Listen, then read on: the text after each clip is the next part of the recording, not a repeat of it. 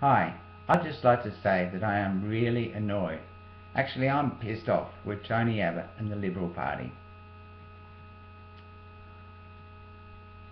On Tuesday night, the federal budget was announced here in Australia. Of course, it was more fuel to the fire for the Liberal Party.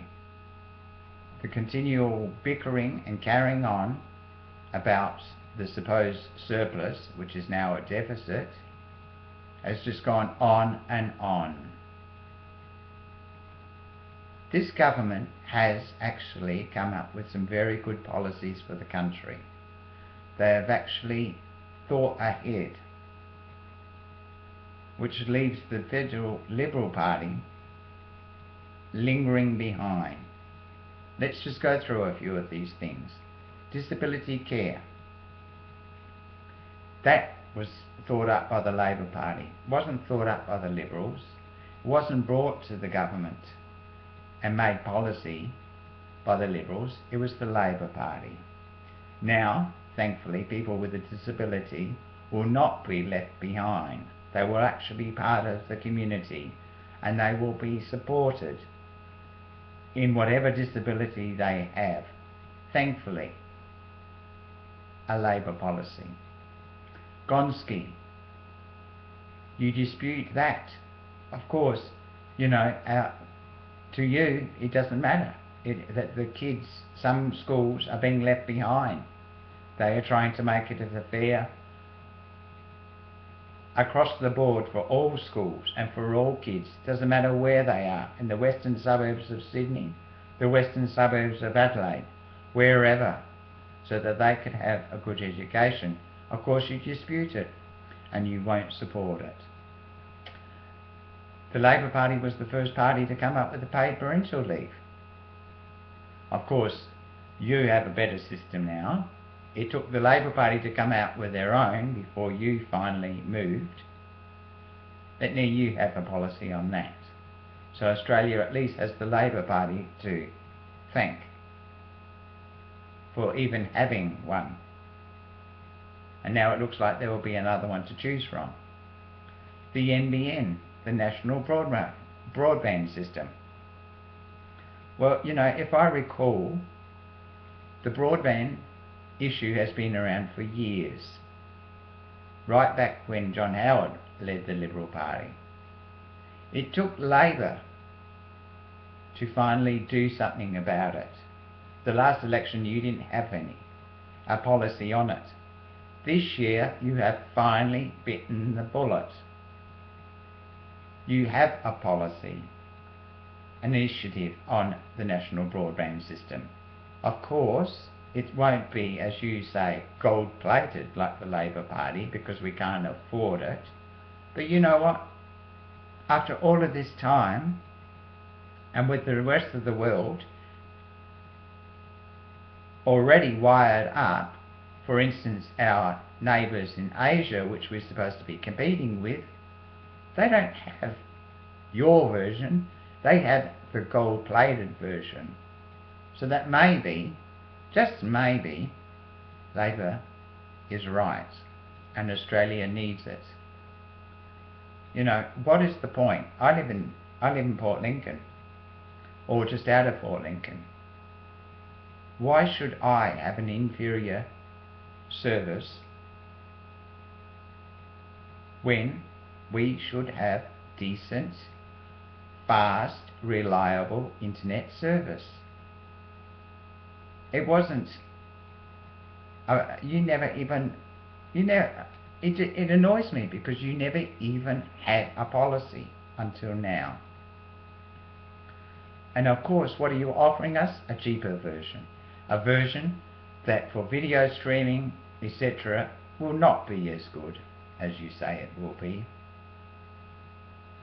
And then if we want the gold-plated service, as you keep saying, we will have to pay thousands of dollars to get it wired up to our house. Totally unfair. Then of course there's the carbon price. Well, for years, Liberals were in power. Climate change has been happening.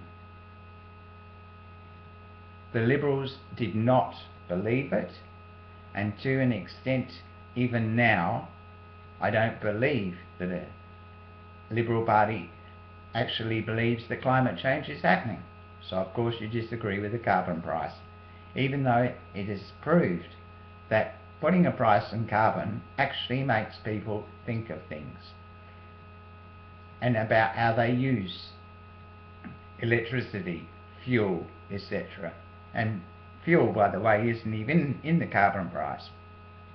And the way you go on about the electricity prices, for crying out loud, power has been going up the past 2 years at a greater rate than the power that's gone up since the carbon price came in. Now you tell me how that this is going to lower our bill 7-8%.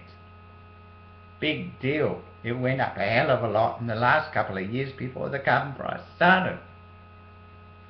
Then they did a deal with the Murray River. I mean, you know, let's just keep emptying the bloody thing. It will keep flowing. There'll be water for everybody. Disagree, disagree, disagree. The thing that gets me about you is that you keep going on and on that the government is illegitimate, that it shouldn't be there, it's a bad government, etc., etc. Well, you know, Australia is doing remarkably well for a country that in your eyes is so bad. You know, the way you go on about the budget surplus, or now the deficit, you would think that we are Greece or Cyprus. It is a very small amount of our GDP. And as to the Treasury predictions which the government worked their budget on, are you going to use them? Or are you going to get your own people to work out the figures on what you will base your budget on? Let's be fair, cards on the table, because that's what is really what you are saying. If the Treasury can't believe to base figures on the future figures of the country, what are you going to use instead? Under the Howard government, a lot of money came in, a lot more than was predicted by the Treasury. Now Labor has come in, and a lot less has come in that was predicted by the Treasury. So is that Labor's fault? I'm not saying that Labor has not made some mistakes, and they have made some big mistakes. For instance, you know, the GFC came along. They funded the school halls and the school building programs. Money was wasted at the time. I agree. Then again, there was the insulation that was put in all of the roofs. The program may have been rushed through. Mistakes were made. Money was wasted. But the government actually was putting people to work. They were spending money to keep people working through the worst of the GFC. Granted, they had the surpluses that Costello had accumulated over the years before, but it wasn't done to waste money. It was done to put people to work, to keep people working through the worst of the GFC. They weren't total mistakes. There was a reason why they did it. And to go on and on and on about it is amazing. Now the other day, there was the incident with the pairing, the Labor member who had a sick child. What was with that? The way the government is treated, the way ministers are treated, is totally wrong, and it shouldn't have happened. It took until yesterday for her to finally be able to get to her sick daughter. I mean, you know, Enough already. Enough. Then you'll write a reply speech last night, Tony. I sat there watching it, waiting for you to actually say something. The use of the words, the budget emergency, the poor management of this government. Enough. Enough. The Australian people are sick of it. Actually come up with some policies so that people can compare apples with apples. You know, the only people that are negative in this country is your party, because you are acting like you're like kids in a playground that have been told they can't play with the ball. But unfortunately, 3 years ago, you didn't win government. Julia didn't either. But she formed a government with the independents and the Greens. You didn't. You didn't want to deal with it. And ever since then, you have derided the government, you have made fun of them, you have been nasty with Julia, our Prime Minister, and basically treated the Parliament with contempt. And you still go on about it. Well, in 4 months' time, I hope the Australian people actually decide that you are not worthy of it. Because this government, even though it may have faults, has done a good job in my eyes. Now let's go through some of the other things.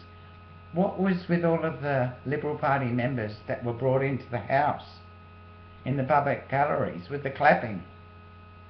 I never realised that it was an election announcement. It's our Parliament. It's the Parliament of the country of Australia, not a Liberal Party member meeting. Also, another thing, to counter some of the things that you said, I'd just like to say, I don't understand this, so maybe you can clarify it for me.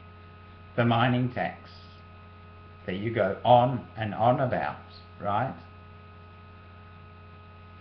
Well, it's hardly brought in the money, which was a mistake of the Labor Party. Maybe it should have been negotiated at higher return to the government, but that's another story. But if it is not making the money that was predicted, why do you want to scrap it? I don't understand it. You were totally against it. You don't want it. It's not bringing in much money, but yet you're going to make it a grand thing to get rid of. I don't understand it. Why? You know, the only people that are going to pay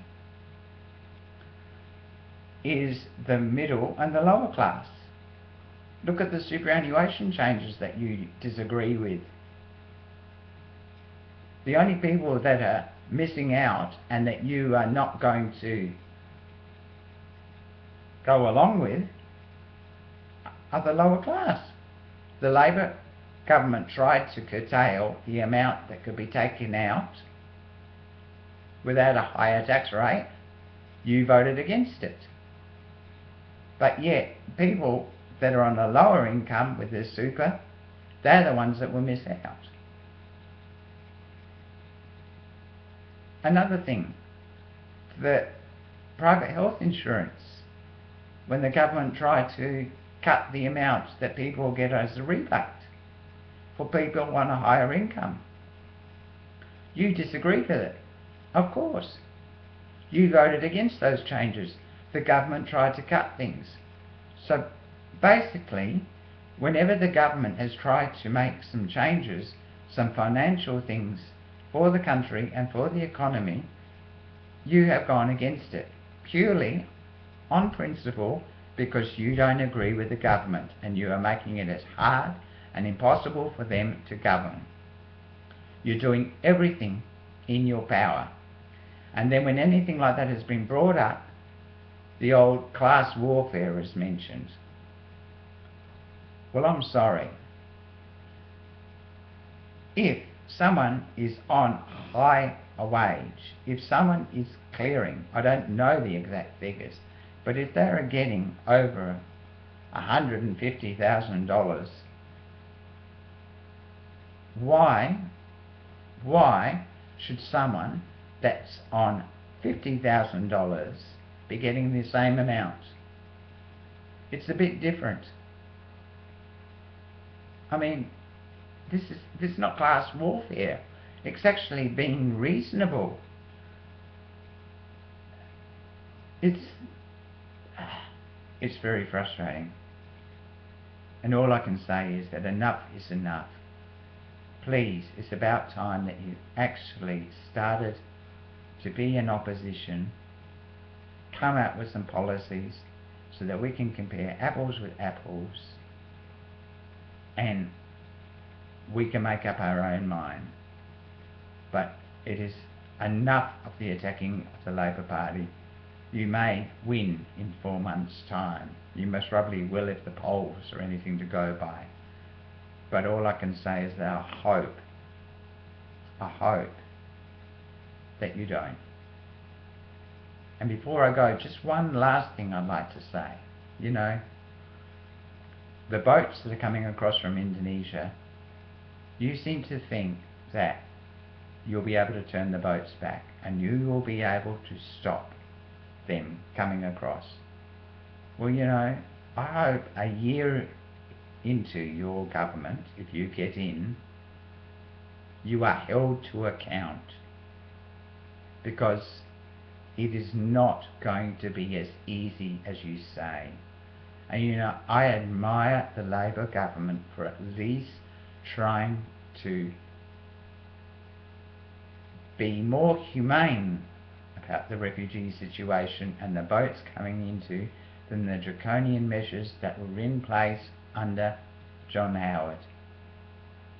You know, it may be wrong and people will disagree with me, but for crying out loud, more people are coming into this country by plane and overstaying their visas than come in by boats.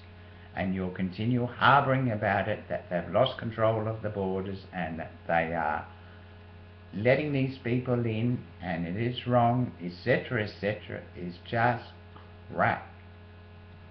And now that the government has tried to pull back their policies and pull them back, the only way that they will get things is to do it your way. It's your way or the highway, and that is wrong. Instead of actually working together for the country, you are totally against anything and everything that this government stands for. And you are just sitting back and waiting for the day when you will be in power. And it's wrong. They are human beings and they shouldn't be treated like scapegoats. And Australia deserves better. Thank you.